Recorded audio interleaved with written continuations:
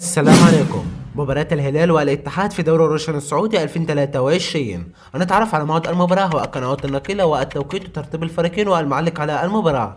بس قبل ما نبدأ يا شباب، زي ما احنا متعودين، وما تنسوش الصلاة على النبي عليها أفضل الصلاة والسلام، وليك للفيديو اشترك لأول مرة تشوفنا. وبس كده، يلا بينا على التفاصيل.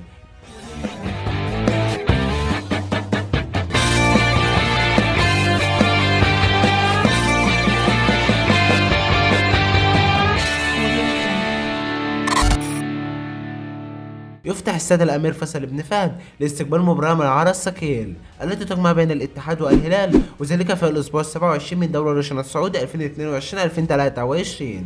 وسوف تنقل المباراة على قناة SSC سبورت 1 HD، هي القناة الحاصلة على حقوق الطبع والنشر، وسوف يكون عليها المعلق بلال علام، هو المعلق على مباراة الهلال والاتحاد في دوري الروشن السعودي 2023. أما بالنسبة لترتيب الفريقين، يأتي نادي الاتحاد في المركز الأول بعد ما لعب 24 مباراة ب 59 نقطة، ويأتي نادي الهلال في المركز الرابع بعد ما لعب 25 مباراة ب 49 نقطة.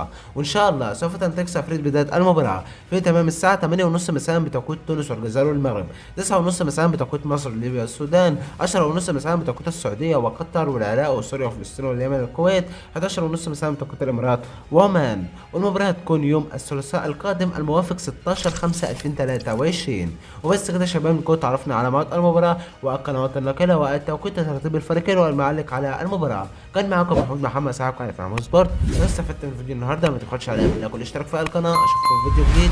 سلام.